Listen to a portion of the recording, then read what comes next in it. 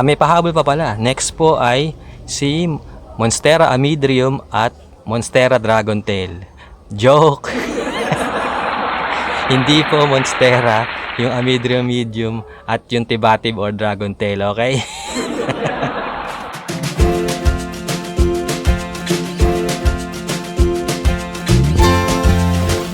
Welcome po sa aking channel.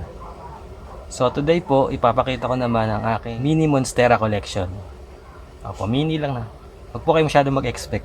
So kung interesado ka sa mga Monstera, just keep on watching.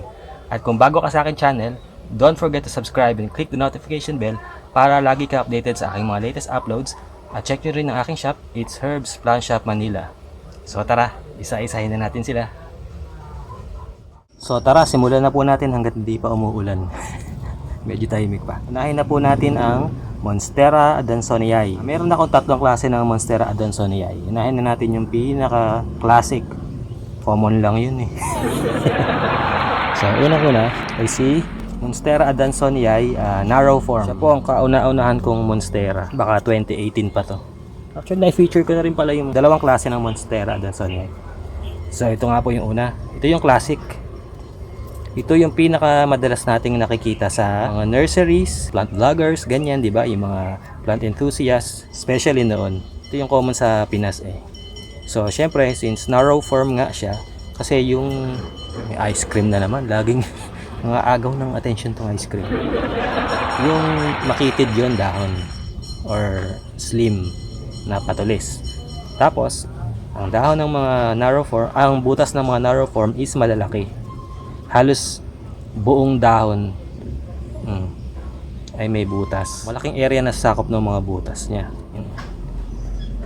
So yan po yung narrow form. Next naman ay si round form. Si round form po is yung mas bagong version po ni adansonii.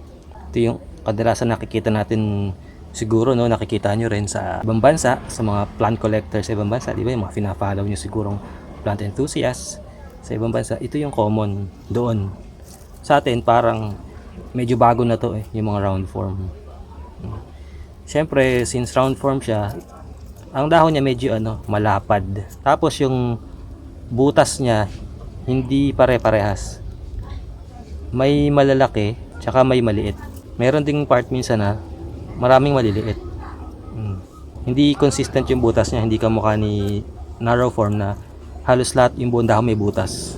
Tapos, mas glossy yung dahon ng round form. At mas darker siya. Parang olive green or basta dark green siya. Tsaka mas lukot-lukot tingnan yung dahon. Kala mo nila mukot siya, di ba? So, yun yung round form. Ang pangatlong klase naman ng aking adansonii ay si lanyata. Kaso juvenile pa tong si lanyata na nasa akin. Meron din ako ng mature form nito. Pakikita ko na lang yung pictures. So si lanyata, ito wala kasi mga butas to eh. Si lanyata, ang karakteristik naman niya compare sa dalawang naunang adansonii ay si lanyata, ang butas niyan nasa bandang gitna. Dito yung mga butas niyan usually. Diyan sa mga part na yan. O, pakikita ko na lang yung picture. Tapos mas malaki dahon ng lanyata compare doon sa dalawang adansonii. Pero bukod doon, parang parehas naman sila. Kaya napansin ko si lanyata parang medyo sensitive ng konti kaysa doon sa dalawa. Ito kasi pinropagate ko na din to. So tumangkad na siya. Marami itong puno eh. Yan. So ito na yung pinakamatangkad niyang puno. Yan. Tapos yung dahon niya medyo parang glossy din siya. Pero mas parang yung texture, parang mas kamukha ni narrow form na adansonii. Next naman po sa aking collection ay itong napakagandang si Monstera pinnatipartita. Ganda-ganda po ni pinnatipartita or Siam. I think parehas lang naman si Siam tsaka si pinnatipartita. Ito yung madalas na papagkamalan pong Monstera pero kasi nga magkahawig yung dahon nila. Parang parang ampalaya. Parang dahon ng ampalaya, balat ng ampalaya. So ito, lumaki na siya si pinnatipartita. Maliit lang po ito nung nabili nun. Tapos may konting storya pa to. Kakatawa to eh. Nung binili namin to, ang nakapost is Monstera pero daw. So sige, syempre. Kasi maliit pa nga siya nun. Maliliit pa yung mga dahon kasi niya nun ito. So parang niisip mo, sige baka nga pero yan, di ba? Dahil maliit pa eh. Kasi pag maliit, parang magkakamukha sila eh. Tapos nung tumatagal, tapos na-obserbahan ko din yung itsura ng mga tangkay niya. Parang pinati partita eh. Oh. Kasi parang iba yung Peru. Although wala ako noon, pero nakikita ko sa mga pictures kasi. Parang iba yung tangkay niya. So yun nga, nung lumaki na siya, ayan, na-confirm ko na nga. Oh, pinati partita talaga siya. Pero maganda siya kasi gusto ko naman din magkaroon nito. Kaya lang, baligtad. Yung pinati partita, yung akala namin na Peru. Nakakatawa. Ang ganda. Tapos mahaba na siya. Oh. Yan. Siguro binili to December yata, last year. Ayan, vining na siya. Kala mo nga din, Peru eh, kasi humahaba na yung katawan niya. Pero hindi, pinati partita. Vining din yun eh. Kailangan na nito ng pole. Yan po, si pinati partita na maganda. Next naman po ay, ito yata yung pinakamalaki kong monstera. Nagpatulong pa ako para mabitbit ito kasi malaki talaga. Ito. Si Monstera standelliana. May istorya din to. Nakalagay sa post is Monstera Siam or pinati partita. Nagkapalit-palit na. Doon din yung binili sa binila nitong pinati partita. So syempre nung akala namin ito yung pinati partita, no? Kasi nga pag maliit, nakakalito kasi. Pakikita ko na yung picture nito nung bagong bili siya. Tingin ko kasi imported yung mga halaman na yan eh. May duda pala ako kung pinati partita. Kahit nung nabili na, nung nakita ko na ng personal. Kasi walang kulubot-kulubot kasi yung dahon. Tapos tinitingnan ko yung mga tangkay niya, iba. Sa online, nakakakita ako nung standelliana sa mga seller, ganyan, sa Facebook. Basta, na-obserba ako, sabi ko, parang kamukha nung nasa akin.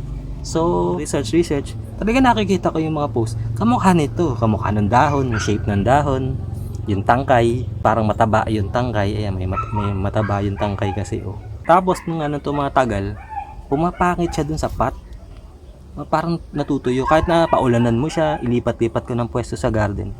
Hindi siya gumaganda. Tapos yung dahon niya, nababawasan. So, parang alarming na yun. I decided na bunutin na lang. Nung pagkabunot ko sa kanya, tinagay sa tubig, grabe, ilang araw pa lang, may tumubo ng ugat. Buti na lang, na-rescue ko siya. Kundi, baka natigok na to ngayon. Wala na akong standelliana. So, ayan, happy na siya. Lahat po nung dahon na to, yung 3 dahon na yan, new leaves na yan, nung nasa tubig na siya. Ito, old leaf to. Ito yung last na leaf nung nasa pot siya. Kita nyo naman, happy siya. Yun lang po, si Monstera standelliana. Maganda rin yan, gusto ko din yan. At syempre po, saving the best for last. Sabi nga nila, ay ang aking Monstera deliciosa borsigiana. Opo, borsigiana. Hindi po siya yung Monstera deliciosa lang. Kasi po, kaya tinawag siyang borsigiana, ito po yung smaller version ni Monstera deliciosa. Meaning, yung mas maliit siya, pero similar, same shape ng dahon. Magkamukha naman sila eh. Actually, malilito ka sa kanila. Pero pinagkaiba ng dalawa, yun pong borsigiana is vining po yan. Meaning, humahaba po yung katawan niya na mas mabilis kaysa sa deliciosa na large form. So yun, tignan natin yung katawan niya. Si borsigiana is nakikita nyo yung katawan. Humahaba po yung katawan niya na mas mabilis kaysa kay Monstera deliciosa na large form. Kasi nga vining siya. Ang kailangan po ng mga borsigiana, may pole. Which hindi ko pa na ilalagay yung pole niya, pero kailangan lagyan ko na. Tapos po, yung mga dahon ng mga borsigiana is mas maliit kesa sa deliciosa na large form. Pero yung design nila, parehas lang. Hindi mo na masyadong distinguish, lalo kung hindi mo sila nakita na magkatabi. Pero smaller po yung size ng leaves ng mga borsigiana compare sa deliciosa. Tsaka parang may pinagkaiba rin po yata yung mga butas nung dalawa. Pero yun pong deliciosa na large form, gumagapang din naman yun. Kaya lang po, yun, mabagal humaba ang katawan. Hindi po kamukha ng nitong borsigiana. Mabilis po siyang tumaas. O, kitang-kita nyo naman, ang haba na ng katawan niya. Para siyang parang yung mga syngonium, ganun. Parang mga potos, ganun. Mabilis humaba po yung katawan, lalo na kung may pole. At medyo rare type po ito ng deliciosa, ang borsigiana. Actually, parang mas mahal ng konti ang borsigiana ata ngayon compare sa mga deliciosa kasi dahil nga medyo rare siya. Ang isa pa po sa main difference ng Monstera Deliciosa large form sa Borsigiana, yung pong large form na Deliciosa, sa left dito, tsaka sa right, meron yung parang kulot-kulot na parte ng kala mo dahon din. Ano? Geniculum? Hindi ko lang kung ano basa-basa, Geniculum. Yun po tawag doon. Yung Borsigiana po wala. O, nakita nyo. Makinis lang siya. Diretso lang siya.